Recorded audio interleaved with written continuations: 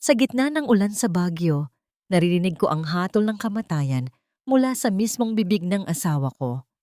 Pagkapanganak niya, kailangan niyang mawala, sabi ni Caspian habang kayakap ang kabit niya. Ang tsaa na tinitimpla ko para sa kanya ay nabitawan ko, kasabay ng pagkawasak ng aking mundo. Tinapon ako na parang basura, ninakawan ng dangal at pinatay sa harap ng batas. Pero hindi pa tapos ang kwento. Ang Marisol na mahina ay pumanaw na. At sa kanyang abo, babangon ng isang Solen Vanguardia na magtuturo sa inyo kung ano ang tunay na impyerno. Sino ang mananalo? Ang pag-ibig na nagtaksil o ang puot na muling nabuhay? Pagkatapos niyang manganak, siguruhin mong hindi na siya makakagising pa. Hindi ko na kayang sikmurain ang bawat sandali na kasama siya, Valeria. Ang amoy ng lupa at mga bulok na orchid na daladala niya. It's suffocating me. Ang boses na yon ay kay Caspian. Ang malamig at tila walang emosyong tinig ng asawa ko na humiwa sa katahimikan ng gabi sa aming bahay sa Baguio. Sa labas ng pinto ng kanyang opisina, napatigil ako. Hawak ko ang isang tray kung saan nakapatong ang isang tasa ng mainit na salabat. Tinimpla ko yon ng may buong pagmamahal dahil narinig ko siyang umuubo kanina habang nagtatrabaho. Puno ng pag-aalaga ang bawat hiwa ko sa luya, bawat dahan-dahang pagpapakulo dahil ang tanging hangad ko lang ay ang guminhawa ang pakiramdam ng lalaking itinuring kong sentro ng aking mundo. Sa kabila ng bigat ng aking sinapupunan na 7 buwan, nang dinadala ang aming kambal, hindi ko inintindi ang pagod. "Don't worry, Hon," sagot ng isang pamilyar na boses ng babae na puno ng malanding halakhak. "Konting tiis na lang. Kapag nawala na ang sagabal na yan, sa atin na ang lahat ng property ng mga Vanguardia." "Ang galing mo talagang magpaikot, Caspian. Pinamigay niya sa'yo ang lahat bago pa siya mamatay." Ninigas ang buong katawan ko. Ang init ng tasa na dumidikit sa aking mga daliri ay hindi ko na maramdaman. Sa halip, isang matinding ginaw ang nanuot sa aking mga buto. Isang uri ng lamig na mas masakit pa sa hamog ng kabundukan. Ang bawat sipa ng mga sanggol sa loob ng aking tiyan na dati ay nagbibigay sa akin ng kagalakan, ngayon ay tila mga pagsusumamo ng saklolo. Ang lalaking pinagkatiwalaan ko ng aking dangal, ang lalaking pinagbilhan ko ng aking minanang farm para lang maipatayo ang kanyang pangarap na architectural firm, ay siya palang humuhukay ng sarili kong libingan. Unti-unting nanginig ang aking mga kamay. Ang tray na hawak ko ay nagsimulang tumagilid. Hindi ko na nagawang pigilan ang pagbagsak ng tasa. Ang tunog ng pagtama ng seramika sa sahig ay tila pagsabog sa aking pandinig. Isang malakas na sigaw ng pagkabasag na naging hudyat ng pagtatapos ng aking bulag na pananampalataya. Ang mainit na likido ay tumalsik sa aking mga paa, ngunit ang hapdi nito ay wala pa sa kalingkingan ng kirot na bumabalot sa aking puso. Bumukas ang pinto. Tumambad sa akin ang mukha ni Caspian. Ang kanyang gulat ay mabilis na napalitan ng isang nakakangilabot na kawalang bahala. Sa likuran niya, nakatayo si Valeria, ang aking business rival, na ngayon ay inaayos ang kanyang buhok habang nakatingin sa akin nang may mapanguyam ng ngiti. "Marisol," tawag ni Caspian, ngunit ang kanyang boses ay wala ng kahit anong init. "Narinig mo pala ang lahat. Mas mabuti na rin siguro ito para hindi na tayo maglokohan." Gusto kong sumigaw. Gusto kong itanong kung kailan pa siya naging ganito katuso. Gusto kong itanong kung nasaan na ang Caspian na nangakong poprotektahan ako hanggang sa huling hininga. Ngunit walang salitang lumabas sa aking tuyong lalamunan. Ang bawat sulok ng aming tahanan na puno ng mga alaala ng aming pagsasama ay tila naging mga aninong handa akong lamunin. Dahan-dahan akong umatras, hawak-hawak ang aking malaking tiyan. Ang aking paningin ay nagsimulang lumabo dahil sa nagbabadyang mga luha. Ang bawat hakbang ko palayo ay puno ng bigat. Tila ba ang lupa mismo ay tumatangging tanggapin ang aking pagkatalo. Hanggang kailan kayang tiisin ng isang puso ang paulit-ulit na pagtataksil bago ito tuluyang tumigil sa pagtibok? Sa gitna ng dilim ng pasilyo, isa lang ang malinaw sa akin. Ang pag-ibig na nagligtas sa kanya noon ay ang siya ring lason na unti-unting pumapatay sa akin ngayon. Ngunit habang tinititigan ko ang malamig na mata ng asawa ko, isang katanungan ang pilit na umaalingaw-ngaw sa aking isipan. Hindi ba nila alam na ang isang pusong winasak ng labis na sakit ay ang pinakamapanganib na kalaban sa oras na ito ay muling mabuo? Wala ka ng silbi, Marisol. Isang pipi at tangang asawa na ang tanging alam ay magtanim ng bulaklak at magpaikot-ikot sa putikan. Akala mo ba ay minahal kita? I was just waiting for the right time to take back everything that should have been mine from the start. Ang bawat salitang lumalabas sa bibig ni Caspian ay tila mga lason na unti-unting pumapatay sa bawat magandang alaala na binuo ko sa loob ng 3 taon. Nakatayo ako sa tuktok ng hagdanan, nanginginig ang aking mga binti habang ang ulan sa labas ay tila nakikiramay sa aking mga luhang hindi na mapigil ang pag-agos. Sa likuran niya, nakita ko si Valeria na dahan-dahang lumalapit. Ang kanyang mga mata ay puno ng panunuya at poot. Caspian, please, ang mga anak natin. Ang boses ko ay halos isang pabulong na pagsusuma mo. Hinawakan ko ang aking tiyan, pilit na pinoprotektahan ang 2 buhay na tila nararamdaman din ang panganib na nakapalibot sa amin. Ngunit sa halip na awa, isang mapait na tawa lang ang isinagot niya. Anak, you mean the heirs to the Vanguardia fortune that I will control? Isa lang ang kailangan ko, Marisol, at hindi ikaw iyon. Sa isang iglap, naramdaman ko ang isang malakas na tulak. Hindi ko na matukoy kung sino sa kanila ang gumawa niyon, ngunit ang mundo ay biglang uminog ng mabilis. Ang pakiramdam ng kawalan ng timbang ay hinalinhinan ng matinding sakit sa bawat bahagi ng aking katawan habang tumatama ako sa bawat baitang ng matigas na kahoy. Ang bawat pagbagsak ay tila isang paghampas ng martilyo sa aking kaluluwa. Sa huling baitang, ang dilim ay nagsimulang lumamon sa aking paningin. Ang huling bagay na narinig ko ay ang tunog ng kanilang mga yabag palayo. Tila ba wala silang iniwan na isang duguang babae sa paanan ng hagdan. Napadilat ako sa ilalim ng nakakasilaw na puting ilaw ng ospital. Ang bawat hininga ko ay tila hinihiwa ng libu-libong karayom. Ang paligid ay puno ng amoy ng gamot at ang malamig na hangin na nagmumula sa aircon. Sa aking tabi, narinig ko ang mahinang boses ni Caspian na nakikipag-usap sa isang doktor sa labas ng pinto. Gawin niyo ang lahat para iligtas ang bata.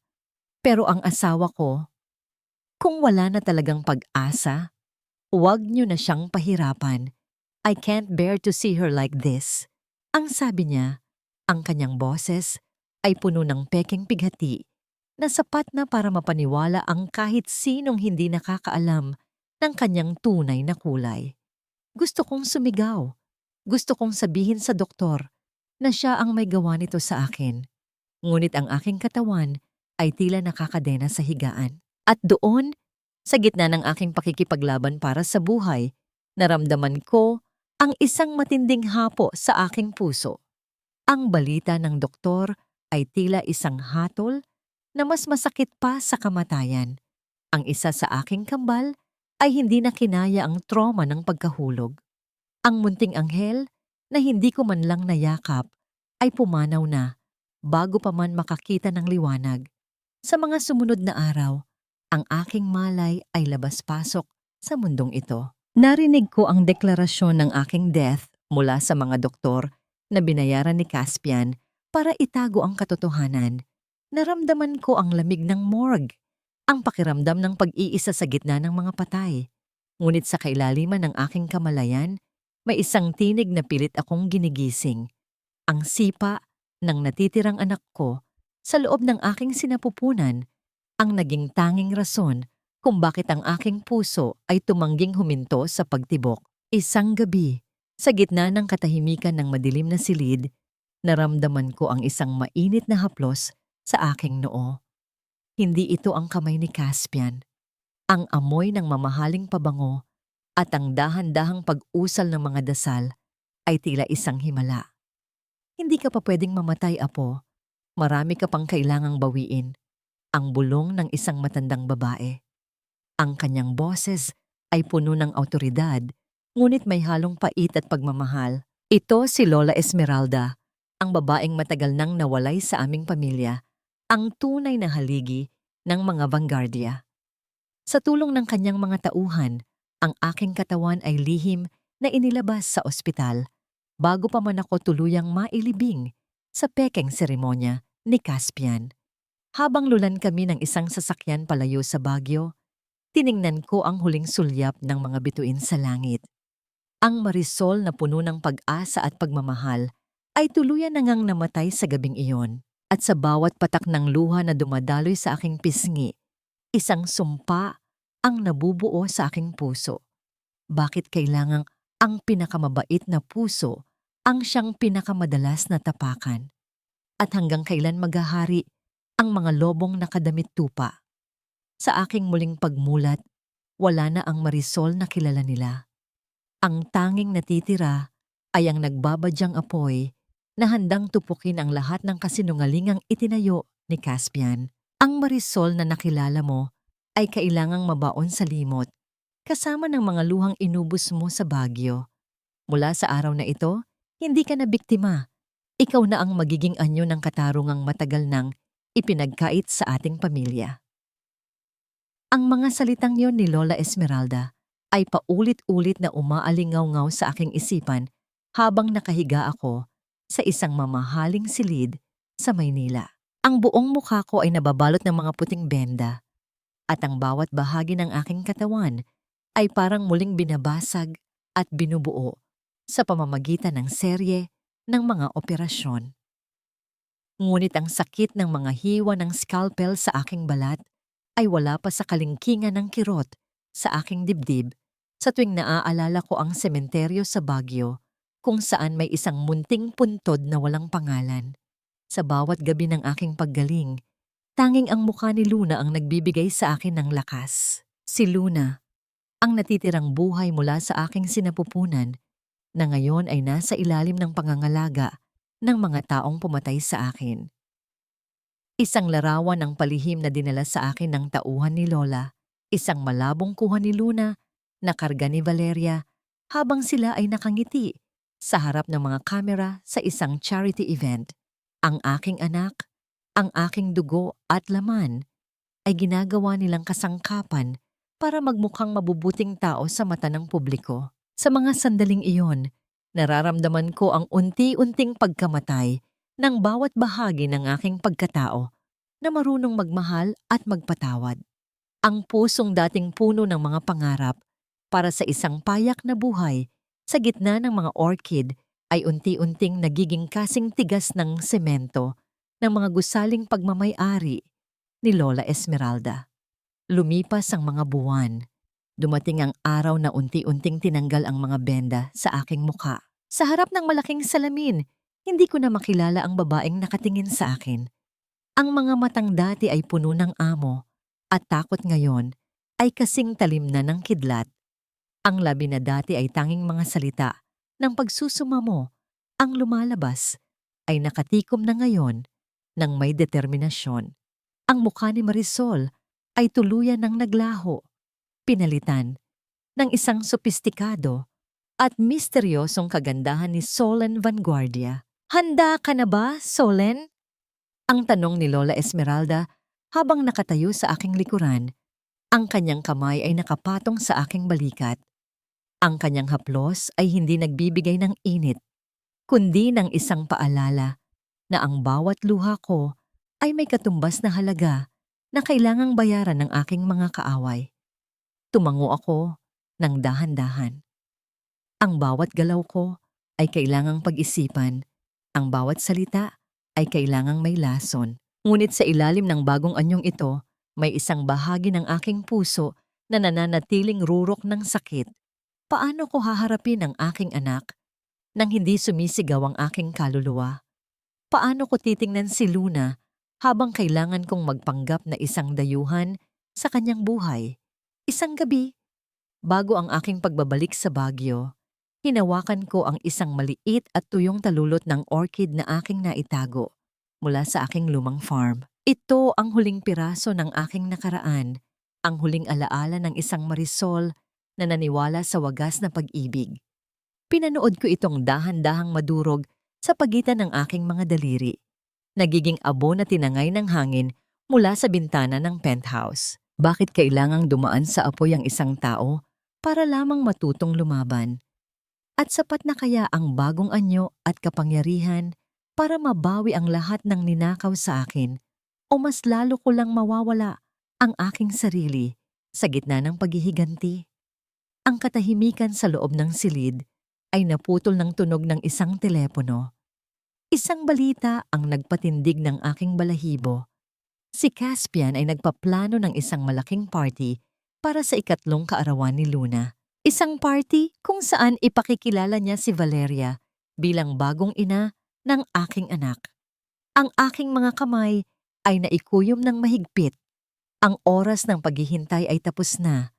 Ang multo ng nakaraan ay handa ng maglakad sa ilalim ng liwanag ng araw.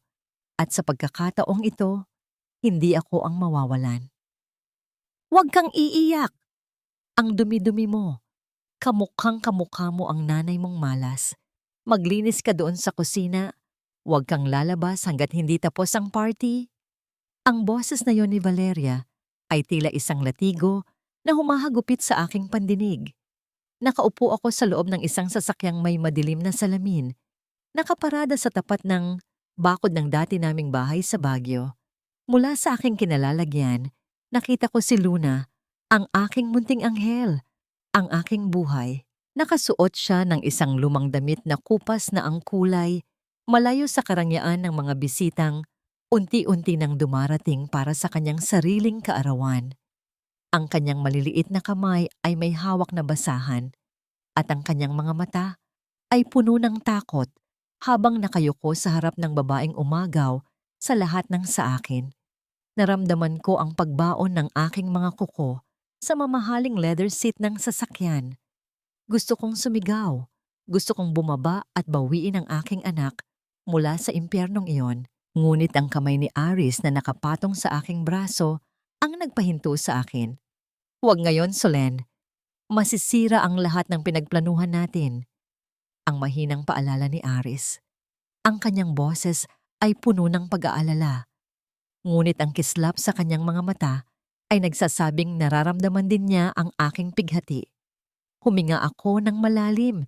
Pilit na pinapakalma ang aking nagngangalit na puso. Sa bawat higbi ni Luna na tila naririnig ko sa kabila ng makapal na salamin, pakiramdam ko ay muling bumubuka ang mga tahi ng aking mga operasyon.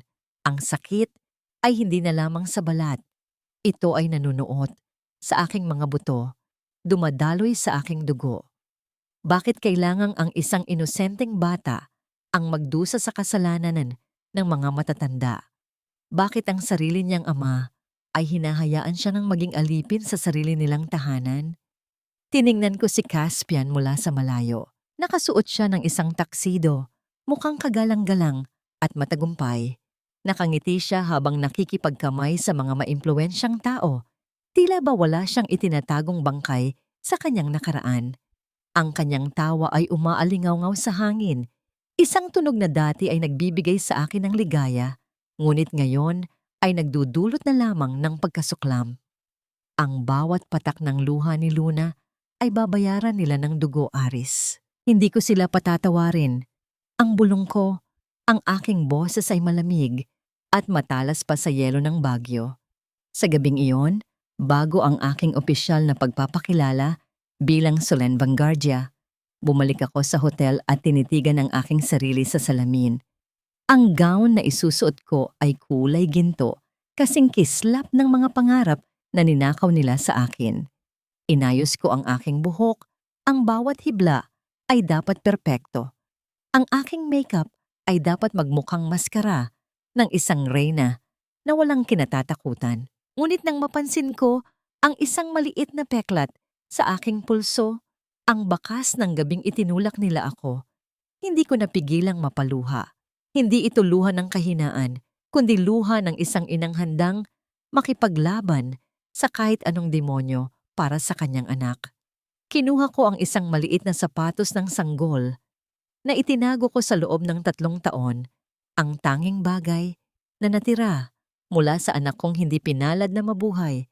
Para sa inyo ito, mga anak ko, ang pangako ko sa dilim. Paano magagawang itago ng isang ina ang kanyang pangungulila sa likod ng isang matatamis na ngiti? At sapat na kaya ang yaman at kapangyarihan para mabura ang takot sa mga mata ng isang batang hindi na nakakilala sa tunay na kalinga ng isang magulang? Ang gabi ay tila bumagal ang takbo habang hinihintay ko ang tamang sandali. Ang serye ng mga muling pagkikita ay magsisimula na at sa pagkakataong ito, ang tadhana ay hindi nakakampi sa kanila. Ang bawat hakbang ko pabalik sa bahay na yon ay magiging simula ng kanilang pagbagsak. Isang huling tingin sa salamin at ang marisol na sawi ay tuluyan ng naglaho. Ang nakatayo na ngayon ay ang bagyong wawasak sa lahat ng kanilang itinayo.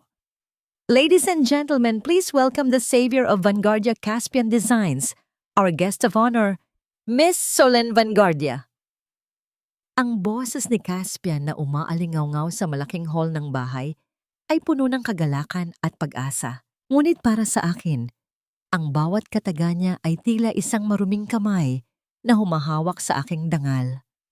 Dahan-dahan akong lumabas mula sa anino ng malaking kurtina sa itaas ng hagdanan. Ang bawat hakbang ng aking suot na takong sa makintab na marmol ay lumilikha ng isang ritmo na tila nagbibilang ng nalalabi nilang oras sa loob ng pamamahay na ito.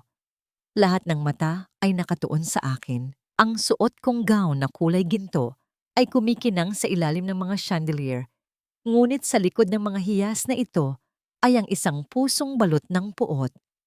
Nang magtagpo ang aming mga mata ni Caspian sa paanan ng hagdan, nakita ko ang panandaliang pagtigil ng kanyang hininga. Ang kanyang mga mata ay nanlaki. Tila ba nakakita siya ng isang multo na binigyan ng bagong buhay. Sa bawat hakbang ko pababa, tila bumabalik sa aking balat ang lamig ng sahig nung gabing iniwan nila akong duguang nag-iisa. Ang hagdanang ito, na dati ay saksi sa aking mga pagsisikap bilang isang asawa, ngayon ay naging entablado ng aking muling pagsilang. Ang bawat kislap ng mga ilaw sa kisame ay tila mga matang mapanghusga sa katahimikan ng mansyon. Miss Solen, it's an honor to finally meet you in person, ang sabi ni Caspian habang kinuha niya ang aking kamay para halikan. Ang pakiramdam ng kanyang labi sa aking balat ay nagdulot ng isang matinding panginginig sa aking kalamnan. Hindi ito dahil sa kilig, kundi dahil sa matinding pagkasuklam na kailangan kong itago sa likod ng isang misteryosong ngiti. Gusto kong bawiin ang aking kamay at punasan ito, ngunit nanatili akong kalmado. The honor is mine, Mr. Caspian. I've heard so much about your unique way of handling assets. Ang sagot ko, ang boses ko ay kontrolado at malambing, ngunit may talim na hindi niya agad mapapansin.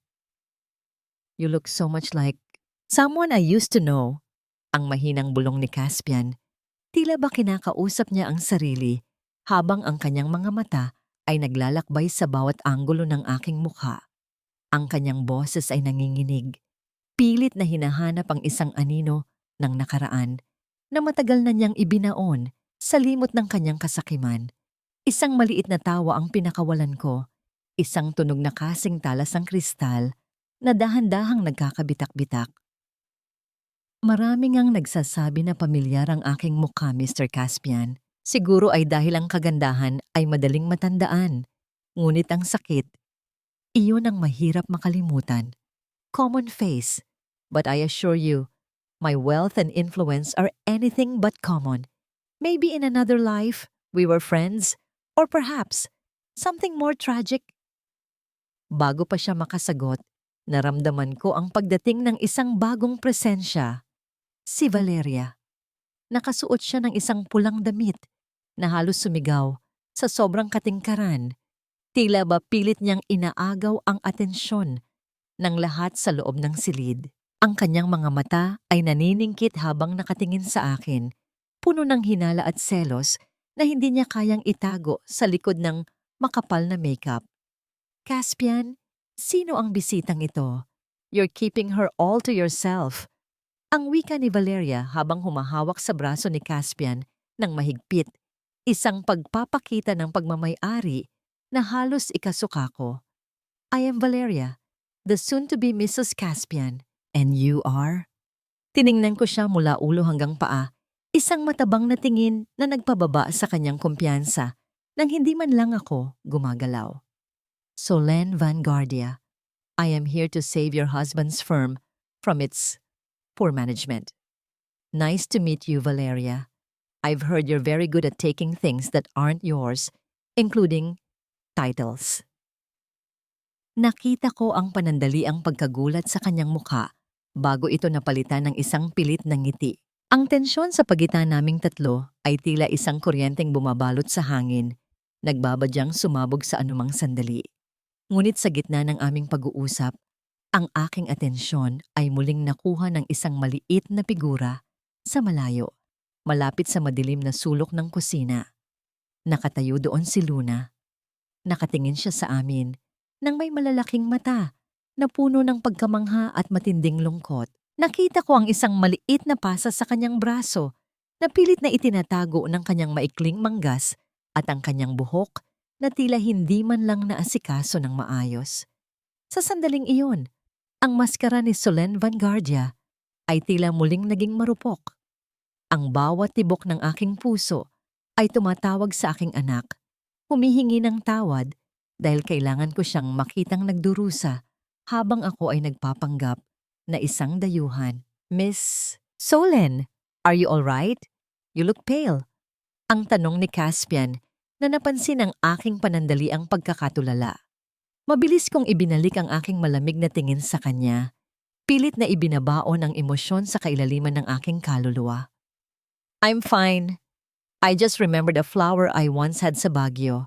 It was a rare orchid, beautiful but fragile. It was crushed by someone who didn't know its value.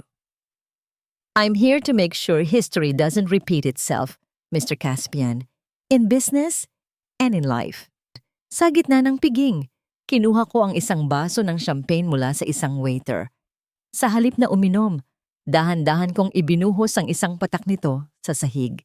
Tila ba isang alay para sa isang namatay na alaala sa loob ng bahay na ito. Ang bawat patak na tumatama sa marmol ay tila isang sumpa na nanunuot sa bawat pundasyon ng mansyon. Ang gabi ay nagsisimula pa lamang. Ngunit ang cliffhanger ng gabing ito ay nagsimula ng lapitan ni Aris si Caspian at bumulong sa kanyang tenga. Nakita ko ang biglang pagpula ng mukha ni Caspian at ang unti-unting pagkawala ng kulay sa mga labi ni Valeria. May problema ba, Caspian? Ang tanong ko nang may mapaglarong tono habang tinitingnan ang kanilang naguguluhang mga mukha. Hindi siya agad nakasagot. Ang kanyang lalamunan ay tila nanunuyo habang tinitingnan niya ang isang dokumentong hawak ni Aris. Isang lihim na kasulatan ang kakarating lang. Isang dokumentong nagpapatunay na ang lupang kinatatayuan ng kanilang bahay, ang mismong lupa kung saan itinapon nila ang aking buhay, ay legal ng pag-aari ng Vanguardia Group. This is impossible. This land was Marisol's. Ang nauutal na sabi ni Caspian. Ang kanyang mga mata ay puno ng takot habang nakatingin sa akin. Correction, Mr. Caspian. Ang sabi ko habang lumalapit sa kanya. Ang boses ko ay kasing lamig ng hanging gabi. The land was hers, but now I own it. And since you are in deep debt to my company, you are now officially my tenants. Welcome to your new reality. Ngunit hindi doon nagtatapos ang gabi. Habang nakatayo si Valeria sa isang tabi, isang misteryosong lalaki ang pumasok sa pinto. Isang taong matagal na nilang inakala na pumanaw na. Ang lalaking nakakaalam ng tunay na lihim ng dugo ni Valeria at Caspian, isang katotohanang mas madilim pa sa kanilang mga nagawang krimen. Huwag mong hahawakan ng bata. Baka madumihan mo pa ang mamahalin mong damit, Miss Solen. Isang hamak na katulong lang ang batang yan dito. Ang boses ni Valeria ay parang isang matalas na kuko na kumakalmot sa aking balat. Nakatayo kami sa malawak na kusina ng mansyon, malayo sa mga huling bisitang paalis na. Nakikita ko si Luna na nakayuko, pilit na pinupunasan ang natapong juice sa sahig. Ang kanyang maliliit na balikat ay nanginginig sa takot at ang kanyang mga daliri ay namumula sa lamig ng tubig at sa higpit ng pagkakahawak niya sa basahan. Tiningnan ko si Valeria ng may malamig na paghamak. Ang dumi ay nalalabhan, Valeria. Pero ang pusong bulok, kahit anong bango ng pabango ay hindi maitatago ang lansa. This child is under my roof now. Remember, I own this land. Every corner of this house, including the air you breathe, is under my authority. Iniwan ko siyang tulala sa galit at dahan-dahang lumapit kay Luna. Nang marinig ng bata ang aking yabag, lalo siyang naging mailap, tila isang maliit na ibon na takot mahuli. Dahan-dahan akong lumuhod sa harap niya, binaliwala ang dumi sa sahig at ang halaga ng aking suot na gown. Huwag kang matakot, maliit na anghel. Ang bulong ko sa kanya sa wikang Tagalog na puno ng pait at pagsusumamo. Ang aking kamay ay nanginginig. Habang dahan-dahang inaabot ang kanyang pisngi, nang madama ng aking balat ang init ng kanyang balat, tila isang kuryente ng sakit at pangungulila ang dumaloy sa buong pagkatao ko. Gusto ko siyang yakapin ng mahigpit. Gusto kong isigaw sa buong mundo na ako ang kanyang ina. Ngunit kailangan kong magtiis. Kinuha ko ang aking silk na panyo na may borda ng maliit na orchid at dahan-dahang pinunasan ang kanyang mga luha. Ang kanyang mga mata, na kasing itim ng sakin, ay tumingin ng diretso sa aking mga mata. Sa sandaling iyon, tila tumigil ang mundo. Ang golden moment na ito ay puno ng isang uri ng katahimikan na tanging puso lang ng isang ina ang makakaintindi. Bakit po kayo umiiyak, magandang Reyna? Ang mahinang tanong ni Luna. Ang kanyang boses ay kasing liit ng isang bulong. Hindi ko namalayan na may luha na palang pumatak mula sa aking mga mata. Mabilis ko itong pinunasan at ngumiti ng mapait. Dahil ang ganda ng mga mata mo, anak, parang isang bituin sa gitna ng madilim na gabi. Inilagay ko ang panyo sa kanyang maliit na kamay. Itago mo ito. Sa tuwing matatakot ka, hawakan mo lang ito at isipin mong may isang taong laging nakabantay sa'yo. Mabilis akong tumayo bago pa ako tuluyang mawalan ng kontrol. Lumabas ako ng kusina at nakita ko si Caspian na nakasandal sa pader. Tila kanina pa nakikinig. Ang kanyang mukha ay puno ng pagkalito. You have a soft spot for children, Miss Solen. Or is it just that specific child? Ang tanong ni Caspian. Ang kanyang boses ay may halong suspisyo at kuryosidad. Tiningnan ko siya ng diretso sa mga mata. Ang aking maskara ay muling bumalik. I value potential, Mr. Caspian. Unlike you, I don't throw away things that are precious. Speaking of precious things, sino ang lalaking dumating kanina? The one who made your soon-to-be wife look like she saw a ghost? Napansin ko ang paglunok ni Caspian. He's just someone from the past. Isang dating tauhan sa farm ni Marisol. Wala siyang halaga. Is that so?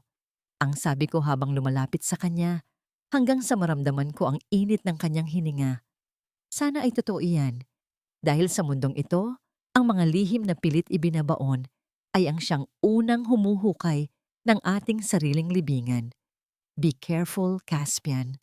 Ang utang na loob ay pwedeng bayaran ng pera, pero ang utang sa dugo, buhay ang katumbas niyan. Iniwan ko siyang nakatayo doon, balot ng takot na hindi niya maipaliwanag. Habang naglalakad ako palayo, narinig ko ang muling pagsigaw ni Valeria sa loob ng kusina. Ngunit sa pagkakataong ito, Alam kong hindi na magtatagal ang kanyang paghahari. Ang cliffhanger ng gabing ito ay ang pagdating ni Aris sa aking tabi habang papasok ako sa aking sasakyan. Solen, may nakuha kaming impormasyon. Ang lalaking dumating kanina ay si Mang Tomas. Siya ang nakakaalam na si Valeria at Caspian ay may iisang ama at may hawak siyang testamento na magpapatunay na ikaw bilang asawa ni Caspian at ina ni Luna ang tanging may karapatan sa lahat ng ari-arian na hawak nila ngayon. Ngunit bago pa ako makasagot, isang mabilis na sasakyan ang dumaan at isang putok ang umalingaw-ngaw sa katahimikan ng gabi. Hindi ito baril, kundi ang tunog ng isang gulong na sadyang pinasabog para mawalan ng kontrol ang aming sasakyan. Solen, dapa! Ang sigaw ni Aris habang itinutulak ako sa ilalim ng upuan. Sino ang nagtatangka sa aking buhay? Si Caspian ba na nagsisimula ng matakot? O si Valeria na desperadong itago ang kanyang lihim? At ang panyo na ibinigay ko kay Luna, magiging simbolo ba ito ng kanyang kaligtasan?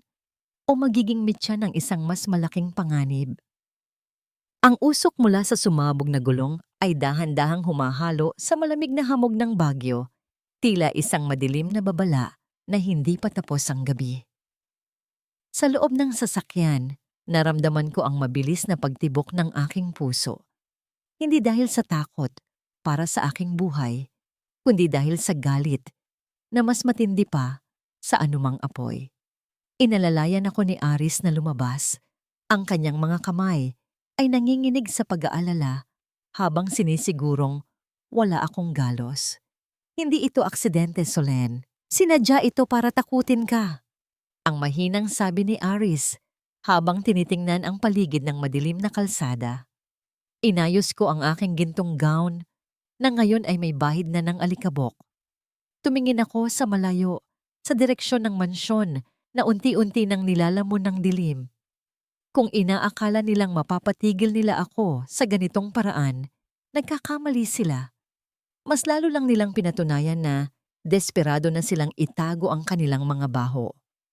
Kinabukasan, hindi ako nagpakita ng kahit anong kahinaan. Sa halip, pumunta ako sa opisina ni Caspian nang may suot na pinakamatamis ng ngiti. Isang ngiting kasing tamis ng asukal, ngunit may dalang lason na hindi agad mararamdaman. Alam ko ang kahinaan ni Caspian, ang kanyang labis na pagmamahal sa sarili, at ang kanyang pagiging gahaman sa kapangyarihan. Pumasok ako sa kanyang silid nang hindi kumakatok. Nakita ko siyang balisa, nakatitig sa mga dokumentong ipinadala ni Aris kagabi. Nang makita niya ako, agad siyang tumayo. Tila ba nakakita ng isang anghel na magliligtas sa kanya mula sa impyerno. Miss Solen, balita ko ay nagkaroon ka ng problema sa sasakyan kagabi. I was so worried. Ang sabi ni Caspian, ang kanyang boses ay puno ng pekeng pag-aalala. Lumapit ako sa kanya, dahan-dahan, hanggang sa maamoy ko ang takot na namumuo sa kanyang pagkatao. It was just a small bump in the road, Caspian.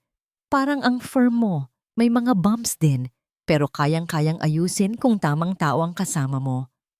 Inilapat ko ang aking kamay sa kanyang balikat. Naramdaman ko ang paninigas ng kanyang katawan, ngunit hindi siya umiwas. Sa katunayan, tila nagustuhan niya ang atensyong ibinibigay ko. Ito ang golden moment ng aking paghihiganti. Ang hawakan, ang lalaking pumatay sa akin. Habang sa loob ng aking isipan ay sinusumumpa ko ang bawat hibla ng kanyang pagkatao. Isang sakripisyo ito para sa aking anak. Ang tiisin ang haplos ng isang demonyo para lamang maibalik ang lahat sa ayos.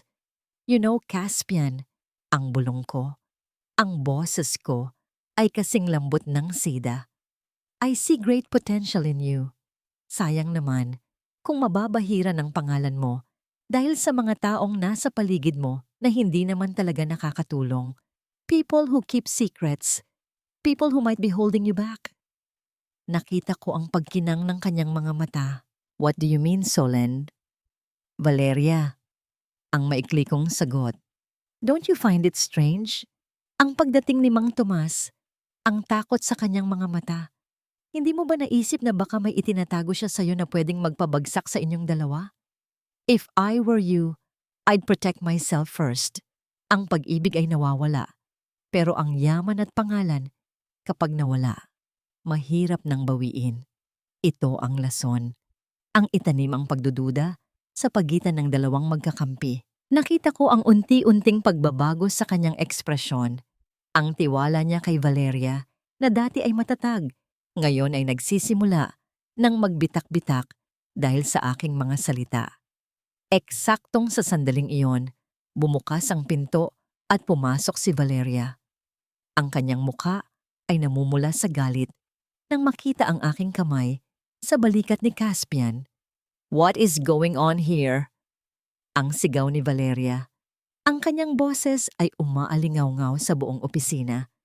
"Caspian, bakit mo hinahayaang hawakan ka ng babaeng ito?" Hindi kumibo si Caspian. Sa halip, tumingin siya kay Valeria ng may kakaibang lamig. Isang tingin na hindi ko pa nakikita sa kanya noon. "We are talking about business, Valeria. Huwag kang gumagawa ng eksena dito. At isa pa, bakit hindi mo sinabi sa akin na kilala mo si Mang Tomas?" Ang cliffhanger ng gabing ito ay ang panlalaki ng mga mata ni Valeria. Napatingin siya sa akin at alam kong naintindihan niya ang aking ginagawa. Ngunit bago pa siya makapagsalita, isang messenger ang pumasok at nag-abot ng isang envelope kay Caspian. "Mr. Caspian, galing po kay Mang Tomas." Sabi niya, "Basahin niyo raw po ito bago huli ang lahat," ang sabi ng messenger. Habang dahan-dahang binubuksan ni Caspian ang envelope, naramdaman ko ang tagumpay. Alam ko ang laman niyon. Isang lumang litrato ng kanilang ama na may karga na 2 sanggol. Isang litratong magpapatunay na ang kanilang pagsasama ay hindi lamang isang pagkakasala, kundi isang kasuklam-suklam na katotohanan. "Caspian, huwag!" Ang sigaw ni Valeria, pilit na inaagaw ang envelope. Ngunit huli na, ang mukha ni Caspian ay dahan-dahang nawalan ng kulay. Ang katahimikan sa loob ng opisina ay naging kasing bigat ng isang libingan. Tumingin siya kay Valeria, pagkatapos ay sa akin, at sa huli ay sa litratong hawak niya. Sapat na kaya ang katotohanan ito para tuluyan silang magkasira? O mas lalo lang silang magiging mapanganib dahil wala na silang itatago? At si Luna, paano siya maapektuhan ng gerang ito na nagsisimula nang sumabog sa loob ng kanilang sariling tahanan? "Kapatid, paano mo nagawang itago sa akin na magkadugo tayo, Valeria? Isang karumal-dumal na kasalanan ang ginawa natin." Ang boses ni Caspian ay halos hindi makilala dahil sa tindi ng panginginig at pagkasuklam. Ang litratong hawak niya ay dahan-dahang nalukot sa loob ng kanyang kamao habang ang kanyang mukha ay naging kasing puti ng papel. Sa sandaling iyon, ang opisina ay binalot ng isang mabigat na katahimikan na tanging ang mabilis at malalim na paghinga ni Caspian ang maririnig. Ang katotohanan ay parang isang kidlat na tumama sa gitna ng kanilang mga kasinungalingan. Winawasak ang bawat pundasyon ng kanilang binuong mundo.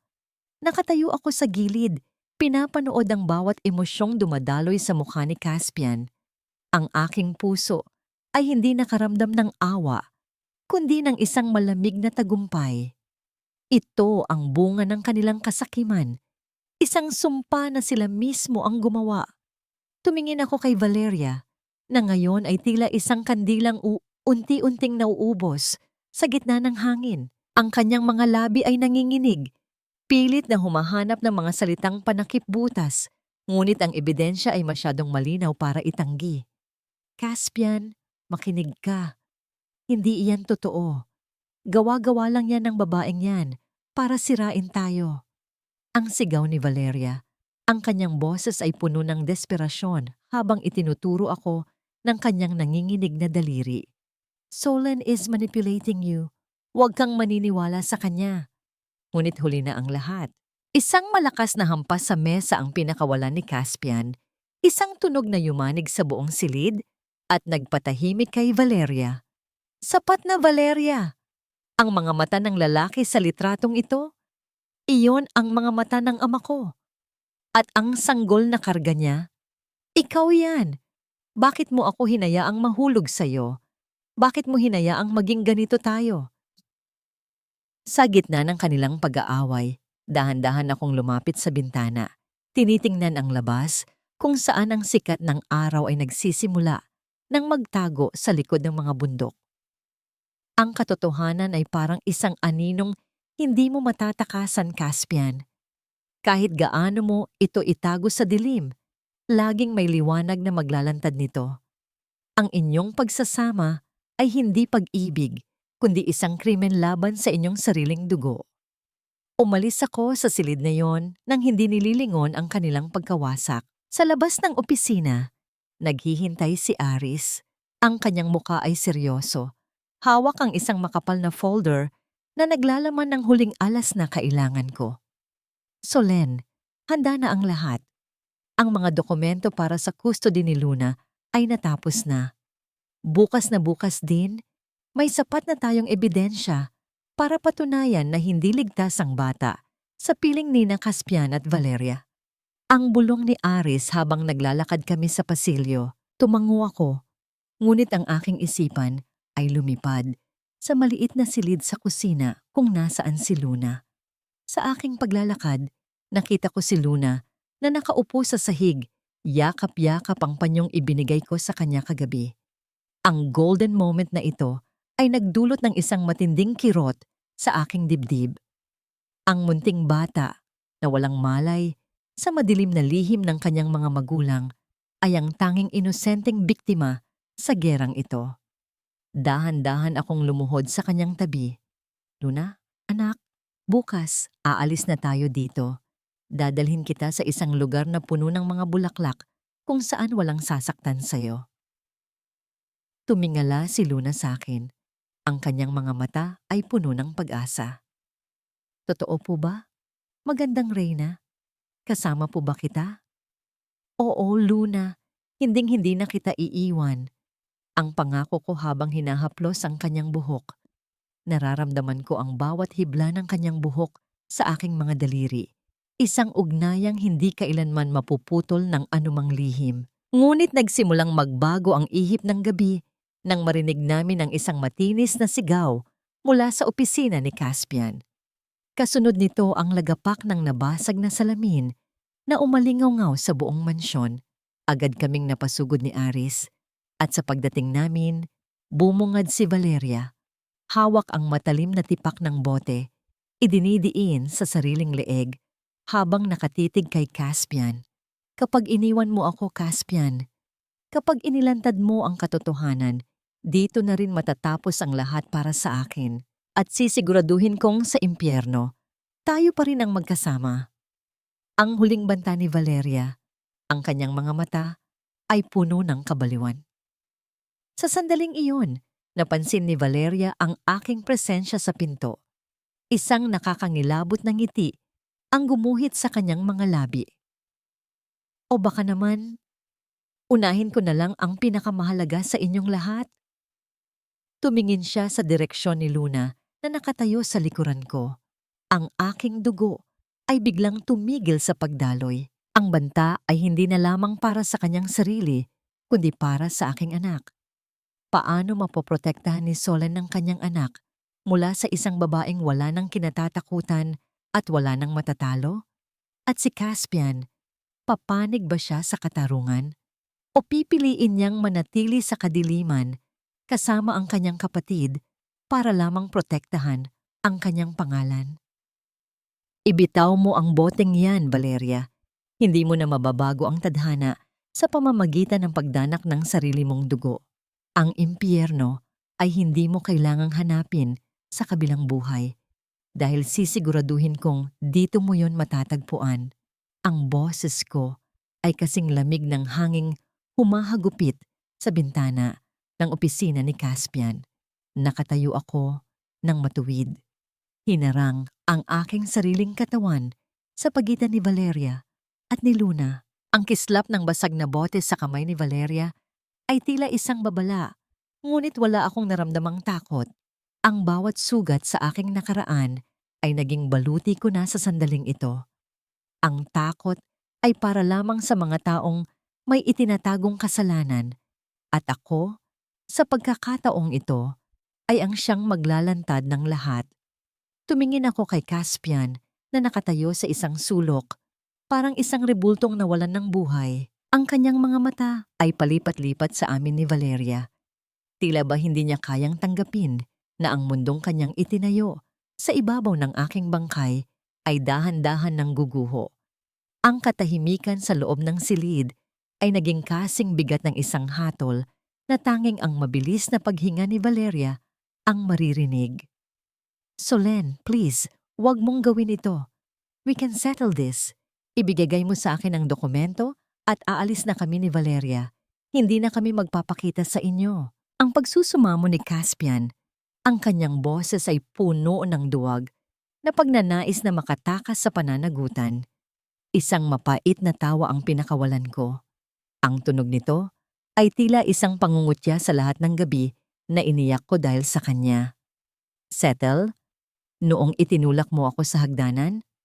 Caspian, noong pinanood mo akong maligo sa sarili kong dugo habang karga ang ating mga anak, naisip mo ba ang salitang settle?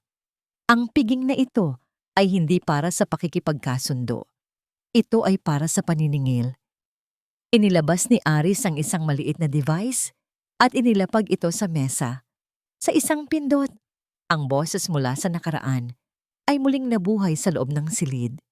Ito ang usapan nila noong gabing inakala nilang katapusan ko na. Ang bawat salita ng kanilang plano, ang bawat halakhak ni Valeria habang pinag-uusapan ang aking kamatayan. Ang bawat kataga ay tila isang latigo na humahampas sa mukha ni Caspian. Ang katotohanan ay hindi na lamang isang bulong. Ito ay isa ng malakas na sigaw na hindi nila kayang takpan. Nakita ko ang dahan-dahang pagbagsak ng kamay ni Valeria na may hawak na bote. Ang kanyang kabaliwan ay napalitan ng isang matinding takot nang mapagtanto niyang wala na siyang matatakasan. Ang ebidensyang ito ay hindi lamang wawasak sa kanilang reputasyon, kundi magdadala sa kanila sa likod ng mga rehas sa habang buhay. Hindi! Hindi yan totoo. Gawa-gawa lang yan. Ang pilit na pagtanggi ni Valeria, ngunit ang kanyang mga mata ay nagsasabing alam niya ang katotohanan. Lumapit ako kay Caspian hanggang sa maramdaman ko ang lamig ng kanyang balat. Tingnan mo ako nang diretso sa mga mata, Caspian. Hindi mo ba talaga ako nakikilala? Ang mga orchid na sinasabi mong nakakasuka ang amoy. Ang mga pangarap na tinapakan mo para sa iyong architectural firm. Lahat ng yon ay nagmula sa isang babaeng minahal mo nang labis ngunit pinili mong patayin dahil sa iyong kasakiman. Ang golden moment na ito ay ang sandali na dahan-dahan kong inalis ang aking suot na mamahaling singsing at ipinakita sa kanya ang isang maliit na marka sa aking daliri, isang peklat na kailanman ay hindi nabura ng anumang operasyon. Ang bawat hibla ng aking pagkatao ay tila sumisigaw ng katarungan. Marisol? Ang mahinang bulong ni Caspian, ang kanyang mga tuhod ay nanghina hanggang sa mapaluhod siya sa aking harapan. Ang kanyang mga luha ay nagsimulang dumaloy, ngunit wala na itong silbi. Ang pagsisisi ay isang gamot na huli nang dumating para sa isang pusong matagal nang namatay. Ngunit ang cliffhanger ng gabing ito ay ang biglang pagring ng alarm ng mansyon. Isang makapal na usok ang nagsimulang pumasok sa ilalim ng pinto. Sa gitna ng kaguluhan, mabilis na tumakbo si Valeria patungo sa bintana. Bit-bit ang isang mahalagang folder na naglalaman ng orihinal na titulo ng lupa. Ang huling bagay na inaakala niyang makakapagligtas sa kanya. Kung hindi ako magkakaroon ng lahat, walang magkakaroon. Ang sigaw ni Valeria bago siya tuluyang mawala sa gitna ng usok. Naramdaman ko ang takot para kay Luna. Saan nila dinala ang aking anak sa gitna ng sunog na ito? At si Caspian, sa gitna ng kanyang pagluhod ay tila nawalan na ng katuwiran.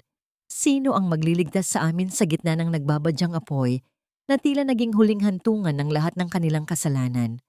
Ang usok ay naging kasing itim ng kanilang mga budhi. At sa gitna ng init, isa lang ang alam ko. Hindi ako titigil hanggat hindi ko nayayakap ang aking anak sa labas ng nasusunog na impyernong ito. Luna! Anak, nasaan ka? Luna! Ang boses ko ay halos mapatid na sa gitna ng makapal at maitim na usok na unti-unting lumalamon sa bawat sulok ng mansyon. Ang bawat hininga ko ay tila humihigop ng apoy, naggagalit sa aking lalamunan at nagpapaluha sa aking mga mata. Hindi ko na inintindi ang init na dumarampi sa aking balat o ang gintong gown na ngayon ay puno na ng uling at punit-punit na. Ang tanging mahalaga sa akin ay ang tinig ng aking anak. Sa gitna ng lagablab ng apoy, narinig ko ang isang mahinang iyak mula sa itaas na palapag, sa maliit na silid kung saan madalas ikulong ni Valeria si Luna. Ang bawat tibok ng puso ko ay tila isang tambol na nag-uutos sa aking mga binti na kumilos. Kahit pa ang paligid ay nagbabanta nang gumuho. Ang mga haligi ng bahay na itinayo sa kasinungalingan ay isa-isang bumabagsak, naglilikha ng malalakas na tunog ng pagkabali ng kahoy na tila mga sigaw ng mga kaluluwang matagal nang nabaon sa dusa. Nang marating ko ang pinto ng silid, nakita ko si Valeria. Nakatayo siya sa gitna ng usok. Hawak ang folder ng mga dokumento, ang kanyang mukha ay puno ng uling, at ang kanyang mga mata ay nanlilisik sa kabaliwan. Sa tabi niya, nakakulong si Luna sa loob ng isang maliit na cabinet, umiiyak at nanginginig sa takot. "Huwag kang lalapit, Marisol. O Solen, kahit sino ka pa, hindi mo makukuha ang batang ito. Kung mamamatay ako, isasama ko siya." Ang sigaw ni Valeria, ang kanyang boses ay tila galing sa ilalim ng lupa. Ang kanyang tawa ay humahalo sa ingay ng apoy, isang tunog na nagpapatindig ng aking balahibo. "Ibitaw mo ang anak ko, Valeria. Wala ka nang matatatakasan. Ang apoy na ito ang magiging saksi sa katapusan ng lahat ng kasamaan mo." Ang sigaw ko habang dahan-dahan akong lumalapit. Binalewala ang mga dila ng apoy na dumarampi sa aking braso. Isang mabilis na galaw ang ginawa ni Valeria. Akmang sasaktan niya si Luna. Ngunit bago pa man niya magawa yon, isang malakas na sampal ang dumapo sa kanyang mukha. Isang sampal na hindi lamang nagmula sa aking kamay, kundi mula sa lahat ng taon ng aking pagdurusa, mula sa sakit ng pagkawala ng isa kong anak, at mula sa bawat luhang inubos ko sa dilim. Ang tunog ng aking palad sa kanyang pisngi ay tila isang hudyat ng pagbabalik ng aking dangal.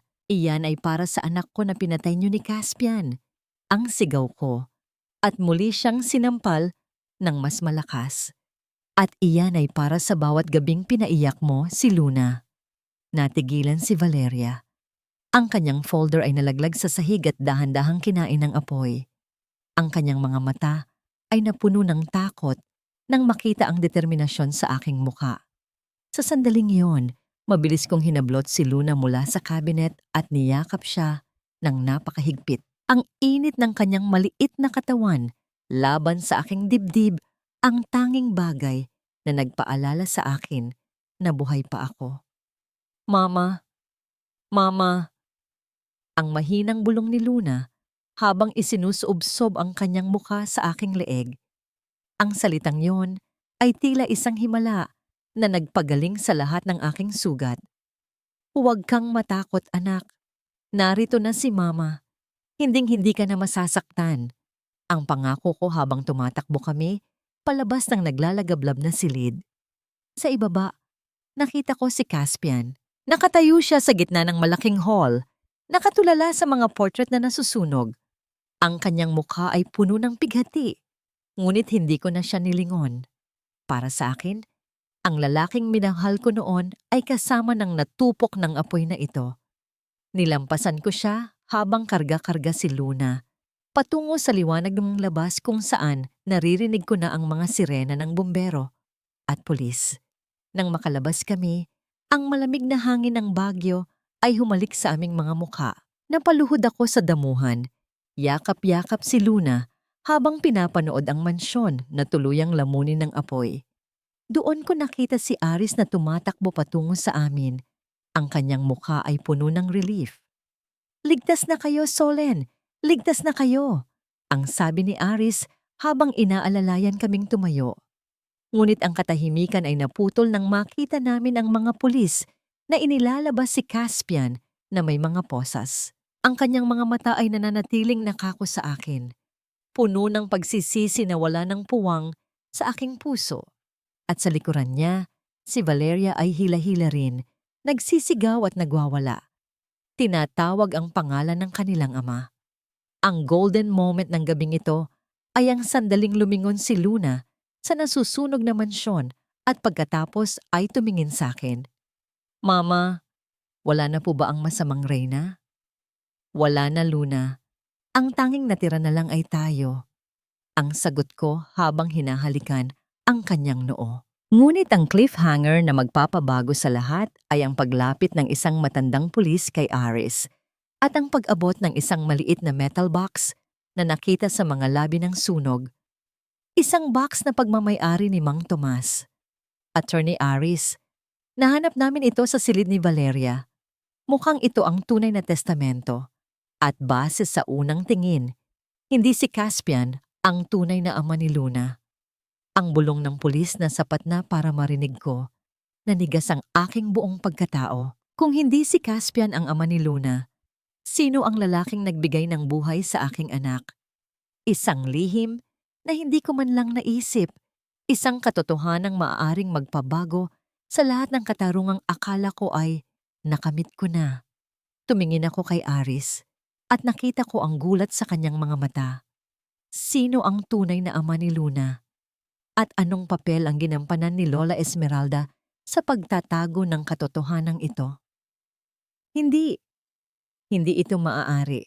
Aris, sabihin mong nagkakamali ang mga papel na ito. Sabihin mong hindi totoo ang lahat ng nababasa ko. Ang boses ko ay nanginginig. Halos hindi lumalabas sa aking lalamunan habang hawak ko ang mga dokumentong kinuha mula sa munting metal na kahon. Nakaupo kami sa loob ng isang pribadong silid sa ospital. Sa kabilang dako ng silid, payapang natutulog si Luna. Ang kanyang munting dibdib ay dahan-dahang tumataas at bumababa. Walang kamalay-malay sa bagyong muling nagbabadyang wumasak sa aming mundo. Ang amoy ng antiseptic at ang mahinang tunog ng aircon ay tila nagpapatindi sa panlalamig ng aking mga kamay. Tumingin sa akin si Aris nang may malalim na pighati sa kanyang mga mata. Hindi siya agad nakapagsalita. Tila ba ang bawat salitang bibitawan niya ay magiging isang matalim na balisong na lalong magpapadiin sa sugat ng aking puso. Ang katahimikan sa loob ng silid ay naging kasing bigat ng isang sumpa. "Solen, Marisol, ayon sa liham ni Mang Tomas at sa medical records na itinago ni Valeria, baog si Caspian. Simula pa noong bata siya, alam na niya ang kondisyon niya." Ang mahinang paliwanag ni Aris. Ang kanyang boses ay puno ng pag-aalangan, pero kailangan niya ng tagapagmana para makuha ang tiwala ni Lola Esmeralda at ang kontrol sa Vanguardia Estates. Ginamit ka niya, Marisol. Ginamit niya ang bawat pagkakataon para magmukhang perpekto ang lahat. Naramdaman ko ang pag-ikot ng paligid. Ang bawat alaala ko sa piling ni Caspian ay tila naging mga uod na gumagapang sa aking balat. Kung ganoon, kung hindi siya ang ama ni Luna, sino? Sino ang gumawa nito sa akin nang hindi ko nalalaman? Dahan-dahang binuksan ni Aris ang huling pahina ng dokumento. Isang lumang logbook mula sa isang fertility clinic na pagmamay-ari ng pamilya ni Valeria. Doon, nakasulat ang isang katotohanang mas masahol pa sa kamatayan. Noong gabing inakala kong binuo namin ni Caspian ang aming mga anak, nilasing niya ako. Pinatulog niya ako ng mahimbing habang isinasagawa ang isang lihim na inseminasyon at ang ginamit na donor, ang lalaking sadyang pinili ni Valeria, para masiguro na ang dugo ng kanilang pamilya ang mananalaytay sa tagapagmana ng mga bangwardya. Ang ama ni Luna ay ang mismong ama rin ni na Caspian at Valeria. Ang pagpapatuloy ni Aris, ang kanyang boses, ay halos mapatid sa tindi ng pagkasuklam. Ito ang kadiri na lihim na itinatago ni Valeria. Gusto niyang ang magiging anak mo ay maging kapatid din nila sa dugo para habang buhay silang may hawak sa leeg mo at sa kayamanan ng pamilya. Isang matinding pagduwal ang naramdaman ko. Napahawak ako sa aking tiyan. Tila ba gusto kong ilabas ang lahat ng dumi na pilit nilang ipinasok sa aking buhay. Ang bawat halik ni Caspian, ang bawat haplos niya noong ako ay buntis pa, ay isa palang serye ng mapanlinlang na palabas.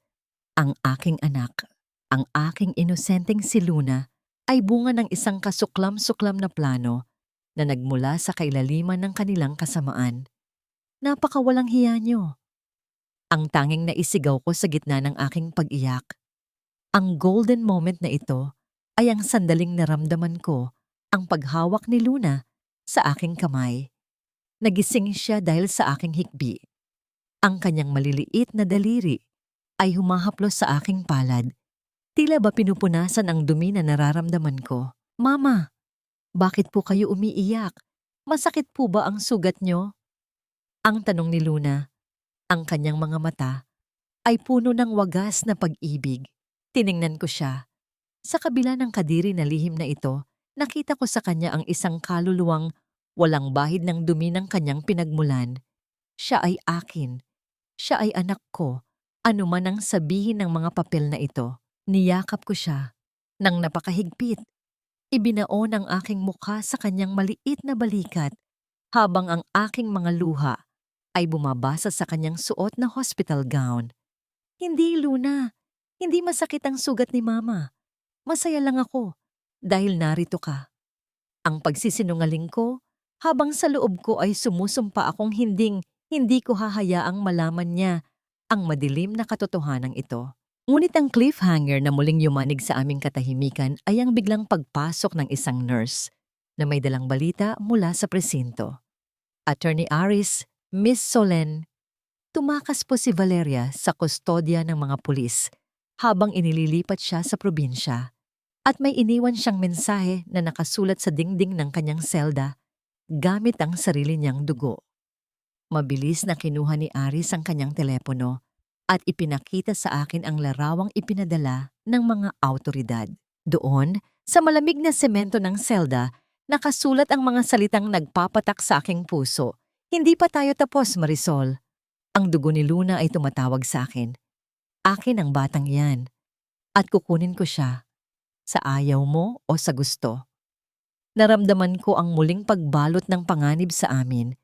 Ang baliw na si Valeria ay nasa labas na naman. At ngayon ay alam na niyang wala na siyang matatalo. Hanggang saan kayang protektahan ng isang ina ang kanyang anak. Ang anak mula sa isang babaeng itinuturing ang bata bilang sarili niyang kadugtong sa pinakamadilim na paraan. At si Caspian, na ngayon ay nasa kulungan din, may alam pa ba siya sa mga susunod na plano ng kanyang kapatid? Hindi kailanman magiging sayo ang batang ito, Valeria. Ang dugo ay isang paalala lamang ng pinagmulan, ngunit ang pagmamahal, iyon ang tunay na bumubuo sa isang pamilya. At sa aspetong yun, matagal ka ng talo. Ang boses ko ay matatag. Walang bakas ng pag-aalinlangan habang nakatayo ako sa gitna ng aking muling itinayong farm sa Baguio. Ang simoy ng hangin ay may kasamang amoy ng basang lupa at ang bango ng mga namumukadkad na orchid, ang mga bulaklak na naging saksi sa aking kamatayan at ngayon ay sa aking muling pagkabuhay. Sa harap ko, nakatayo si Valeria, hulas ang hitsura, madumi ang suot na damit, at ang kanyang mga mata ay nagnininga sa isang uri ng kabaliwan na wala ng lunas. Hawak niya ang isang maliit na sulo. Nagbabantang susunugin ang lahat ng aking pinaghirapan, ngunit sa pagkakataong ito, hindi ako natatakot. Nasa likuran ko si Aris, maingat na inaalalayan si Luna na nakatago sa loob ng greenhouse.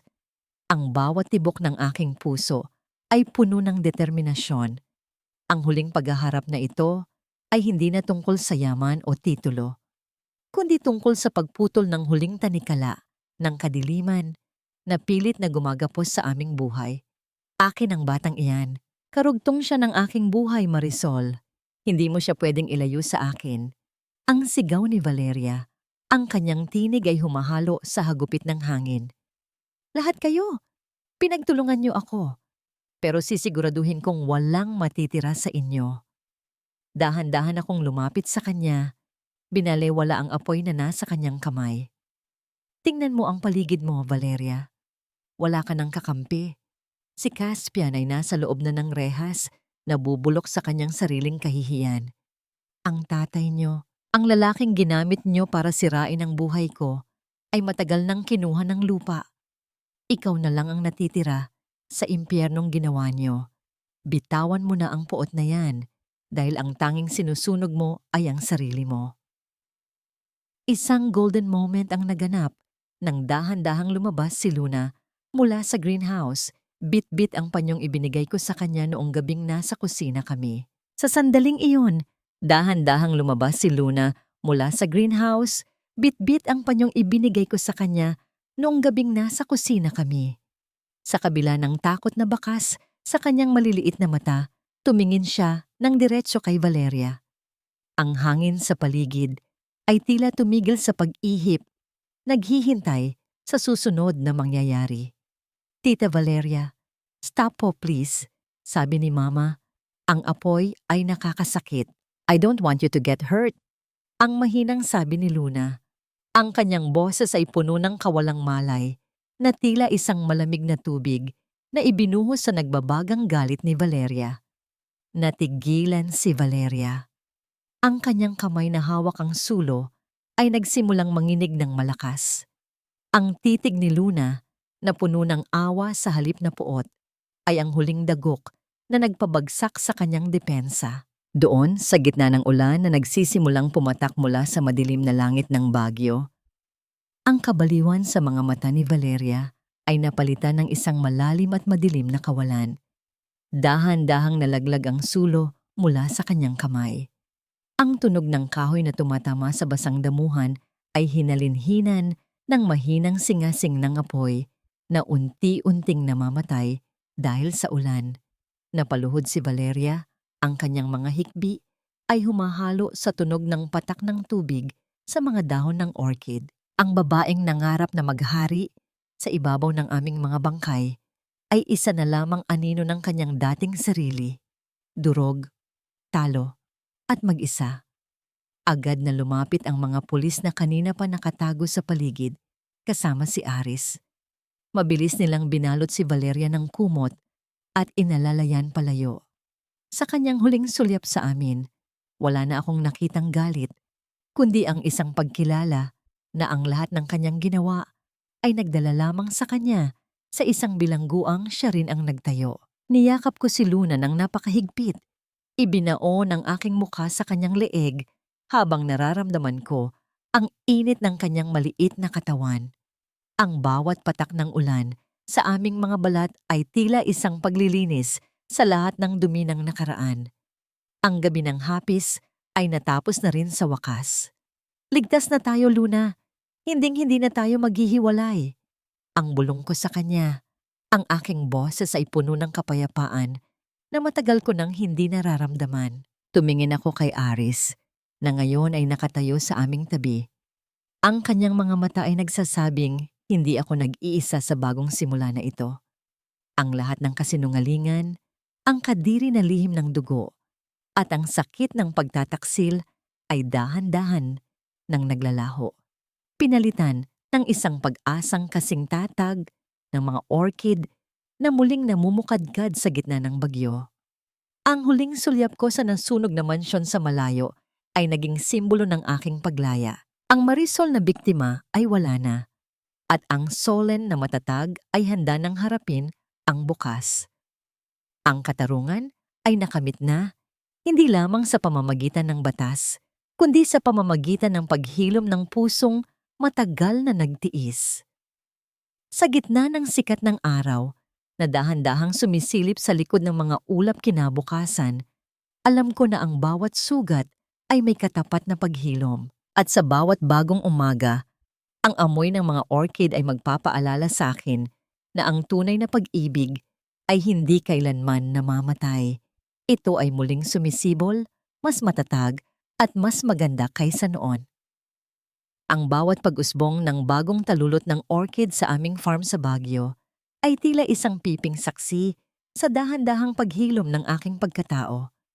Isang taon na ang lumipas mula nang lamunin ng apoy ang mansyong itinayo sa kasinungalingan. At sa bawat paglipas ng araw, ang lamig ng hamog sa umaga ay hindi na nagdadala ng ginawo sa aking puso, kundi ng isang sariwang simula. Nakatayo ako sa gitna ng greenhouse, pinapanood si Luna na masayang nagdidilig ng mga halaman. Ang kanyang tawa ay kasing raming marinig ng mga kampana sa malayo. Isang tunog na nagpapalimot sa akin sa lahat ng pait ng nakaraan. Wala na ang takot sa kanyang mga mata. Ang panyong bordado ng orchid na dati ay tanging sandigan niya sa dilim, ngayon ay nakatali na sa kanyang buhok, sumasayaw sa bawat galaw niya. Tumingin ako sa malayo, kung saan ang sikat ng araw ay dahan-dahang nagpapakita sa likod ng mga bundok. Kamakailan lamang natanggap ko ang balita tungkol kay Caspian. Habang buhay siyang mabubulok sa loob ng rehas, hindi lamang dahil sa kanyang mga krimen sa batas, kundi dahil sa multo ng kanyang sariling konsensya na gabi-gabing dumadalaw sa kanya. Si Valeria naman ay nananatili sa isang pasilidad para sa mga may karamdaman sa isip. Tuluyan nang nawala sa sariling mundo kung saan siya pa rin ang reyna ng kanyang mga ilusyon. Tinatanong ko ang aking sarili, pinatawad ko na ba sila? Sa bawat pagtingin ko sa aking mga peklat, nararamdaman ko ang sagot. Ang pagpapatawad ay hindi nangangahulugang kinalimutan ko na ang kanilang ginawa. Pinatawad ko sila hindi dahil karapat-dapat sila, kundi dahil pagod na ang aking kaluluwa sa pagdadala ng bigat ng kanilang mga kasalanan. Pinili kong palayain ang aking sarili mula sa kanilang kadiliman upang magkaroon ng puwang ang liwanag para kay Luna.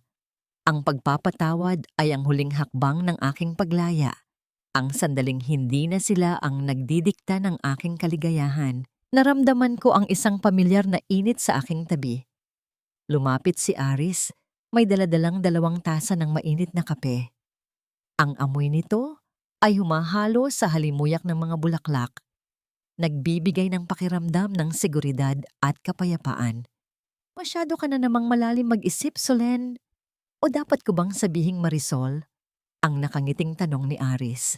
Ang kanyang mga mata ay puno ng katapatan na dati ay inakala kong hindi na muling iiral sa aking mundo. Ngumiti ako at kinuha ang tasa. Kahit sino sa kanila, Aris, ang mahalaga ay ang babaeng nakatayo sa harap mo ngayon. Isang inang nahanap ang kanyang lakas sa gitna ng kanyang pagkawasak. Dahan-dahan niyang hinawakan ang aking kamay. Nahanap mo na ba ang kapayapaang hinahanap mo? Tumingin ako kay Luna na ngayon ay tumatakbo patungo sa amin. Bit-bit ang isang sariwang orchid na katatapos lang bumuka. Oo, Aris, ang kapayapaan ay hindi ang pagkawala ng gulo, kundi ang kakayahang manatiling buo sa kabila ng lahat. Nahanap ko ang aking dalampasigan pagkatapos ng napakahabang bagyo. Ito ang aral na iniwan ng aking kwento para sa bawat pusong sugatan. Ang pag-ibig ay maaaring maging mitya ng ating pagkawasak, ngunit ang pagmamahal sa sarili at sa ating pamilya ang siyang magiging pundasyon ng ating muling pagbangon. Huwag matakot sa dilim, dahil ang pinakamagandang bulaklak ay madalas na sumisibol sa pinakamahirap na kalagayan. Ang bawat sugat ay may kwento, at ang bawat kwento ay may pagkakataong magkaroon ng isang masayang katapusan. Niyakap ko si Luna habang ang sikat ng araw ay tuluyan ng bumalot sa aming tatlo. Sa bawat tibok ng aking puso, isa lang ang aking nararamdaman, isang wagas na pasasalamat. Ang Marisol na nangarap sa ilalim ng ulan ay nahanap na ang kanyang Solen sa ilalim ng sikat ng araw. Ang aming buhay ay hindi na isang melodrama ng pighati, kundi isang awit ng pag-asa na kailanman ay hindi matatapos. Dito, sa gitna ng mga orchid sa Baguio, ang aming kwento ay tunay na naghilom na. At dito, sa ilalim ng payapang langit ng Baguio, ang aming kwento ay tunay na naghilom na. Mga minamahal naming tagapakinig, mula sa kailaliman ng aking puso, maraming salamat sa inyong pagsama at pagtitiwala sa amin mula sa unang yugto hanggang sa huling hininga ng paglalakbay na ito. Ang kwento ni Marisol na naging si Solen ay higit pa sa isang simpleng nobela. Para sa akin, bilang inyong lingkod, habang isinusulat ko ang bawat pahina, lalo na ang mga sandaling dinurog ang kanyang puso at hinarap ang pinakamadilim na gabi ng pagtataksil, tila bawat patak ng kanyang luha ay ramdam ko rin sa aking sariling mga mata.